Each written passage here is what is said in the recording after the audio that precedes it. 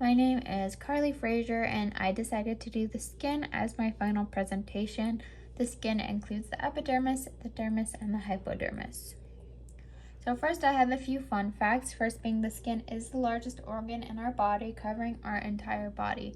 It makes up about 16% of our overall body mass and is approximately 2 millimeters thick. Our anatomical location of the skin is all over the place. There's not exactly one spot on your body you can pinpoint and say that's the entire skin. Although we do have 3 different layers of the skin, the first being the epidermis, the outermost layer, the top layer right here. Next we have the dermis, which is going to be inferior to our epidermis. It's going to be the middle purple layer. And then inferior to both the dermis and the epidermis, we have the hypodermis. It's going to be the deepest layer right there. Next, we have our anatomical description. Like I stated before, it covers our entire body and it is a primary protector to everything that is inside of our bodies. It has 3 different layers, like I stated already, the epidermis, the dermis, and the hypodermis. The epidermis is going to provide us with a waterproof barrier, and it's what creates our skin tone. Next, we're going to have the dermis, which is going to be the middle layer. It contains tough connective tissues, hair follicles, and sweat glands. Last is the hypodermis, the deepest layer, which is made of fat cells and connective tissues. So next we have the cells in the epidermis. We have our keratinocytes, the most apparent and strongest cells that come up in our epidermis. They're going to originate in the basal layer and are responsible for creating keratin and regulating our calcium absorption. So next we have the melanocytes, which are coming from the neural crest cells, and they also produce melanin. Melanin is what is going to be in charge of the pigmentation that our skin has. They are going to be found in the stratum basal of the epidermis. Next we have the Langerhans cells. These cells are going to be what protects our bodies and plays major roles in the antigen presentation. These cells are very tiny cells and they are found in the stratum spinosum. Lastly, we have our Merkel cells. These are going to be oval-shaped cells that are also found in the stratum basal, and they play huge roles in the sensory functions as mechanoreceptors. So next we have the cells in the middle layer, which is the dermis. First we have the fibroblasts. They are the main cells that we have in our dermis, and they are in control of synthesizing that collagen, the elastic fibers, and the extracellular matrix material. Next, we're going to have our histiocytes. These cells and tissues are going to have the macrophages, and they're going to be found in the connective tissues that assist in the immune system. Next, we are going to have our mast cells. These cells are considered our inflammatory cells, and these are going to be found in the perivascular parts of the dermis. The dermal adipocytes, they are going to be found in the subcutaneous adipose tissue and are also going to provide us that extra insulation as well as store energy. So next we have the cells that are going to be found in the hypodermis. First we have our fibroblast cells, which are also in the dermis. They are going to be the main ones, and they are going to be in control of synthesizing the collagen, the elastic fibers, and also the extracellular matrix material, just like in the dermis. We're also going to have the adipocytes. They're the fat storing cells. They're going to act as an energy resource and insulate that body and act as a cushion underneath all of those structures for us. Next, we're going to have the macrophages. These cells are going to work within our immune system, keeping our body healthy and protecting it from any known bacteria or substances. Now we have the functions of our skin. Our skin has many functions and plays so many roles. The first major thing that our skin does for us is it protects us. It protects us from so many things, first including harmful UV rays. There's going to be a specific layer in our skin that is going to protect us from these rays. It is going to be called the Malpighian layer. Next, we're going to have that it protects us from harmful bacteria. The surface of our skin, which we now know is the epidermis, it produces an acid-like barrier on top that prevents those harmful bacteria from entering the skin. Another thing our skin does is it protects us from dryness and cracking.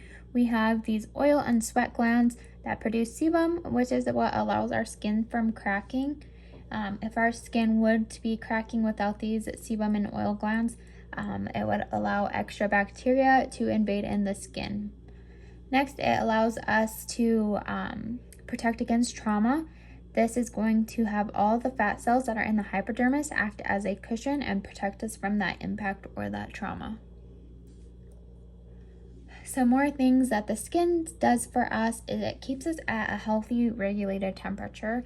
It uses several methods that helps keep our bodies at the regular temperature of 98.6. Some of these methods include evaporation, precipitation, radiation, and insulation. Next, we have secretion. This is happening when it is getting rid of the waste substances known as sweating, and they exit through our apocrine glands and our endocrine glands. Next, we have excretion. This is going to be when your skin is getting rid of the sebum.